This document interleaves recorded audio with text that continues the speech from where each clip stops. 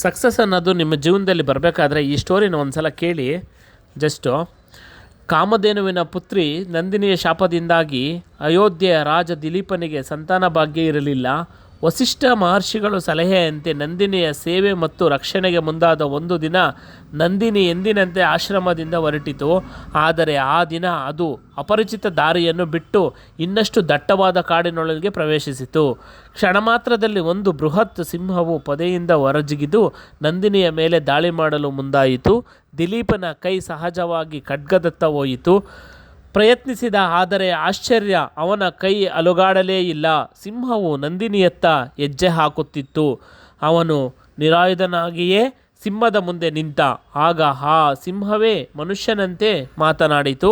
ರಾಜನೇ, ನೀನು ಇಲ್ಲಿ ಏಕೆ ಬಂದೆ? ಈ ಕಾಡು ನನ್ನದು, ಈ ಹಸು ನನ್ನ ಆಹಾರ.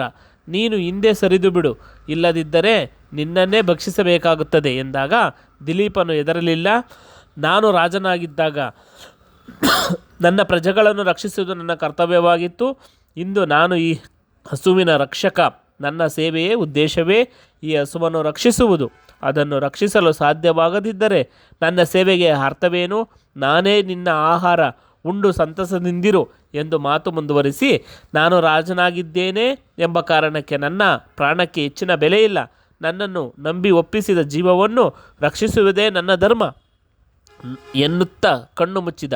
ಆ ಕ್ಷಣದಲ್ಲಿ ಅವನ ಮನಸ್ಸಿನಲ್ಲಿ ಅವನ ರಾಜ್ಯವೂ ಇರಲಿಲ್ಲ, ಸಿಂಹಾಸನವೂ ಇರಲಿಲ್ಲ, ಸಂಪತ್ತೂ ಇರಲಿಲ್ಲ, ತನ್ನ ಭವಿಷ್ಯದ ಮಗುವಿನ ಆಸೆಯೂ ಇರಲಿಲ್ಲ.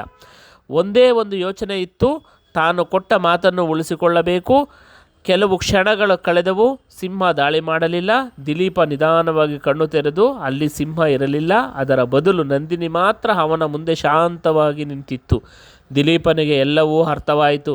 ನಂದಿನಿಯೇ ಅವನ ಭಕ್ತಿಯನ್ನು, ಸೇವೆಯ ನಿಷ್ಠೆಯನ್ನು ಮತ್ತು ಕರ್ತವ್ಯದ ಮೇಲಿನ ಪ್ರಾಮಾಣಿಕತೆಯನ್ನು ಪರೀಕ್ಷಿಸಲು ಸೃಷ್ಟಿಸಿದ ಮಾಯೆ. ರಾಜನೇ, ನೀನು ನನ್ನ ಸೇವೆಗೆ ಮುಂದಾಗಿದ್ದು ಸಂತಾನವನ್ನು ಪಡೆಯಬೇಕೆಂಬ ಆಸೆಯಿಂದ. ಆದರೆ ಪರೀಕ್ಷೆಯ ಕ್ಷಣದಲ್ಲಿ ನಿನ್ನ ಸ್ವಾರ್ಥವನ್ನು ಮರೆತು ನನ್ನ ಜೀವವನ್ನು ಉಳಿಸಲು ನಿನ್ನನ್ನು ಅರ್ಪಿಸಲು ಮುಂದಾದೆ. ಈಗ ನಿನ್ನ ಮನಸ್ಸು ಶುದ್ಧವಾಗಿದೆ, ನನ್ನ ಶಾಪವೂ ದೂರವಾಗಿದೆ ಎಂದು ನಂದಿನಿ ನುಡಿಯಿತು. ಮುಂದೆ ದಿಲೀಪ ಮತ್ತು ಸುದಕ್ಷಿಣಿಗೆ ಒಬ್ಬ ಪುತ್ರ ಜನಿಸಿದ. ಅವನೇ ರಘು.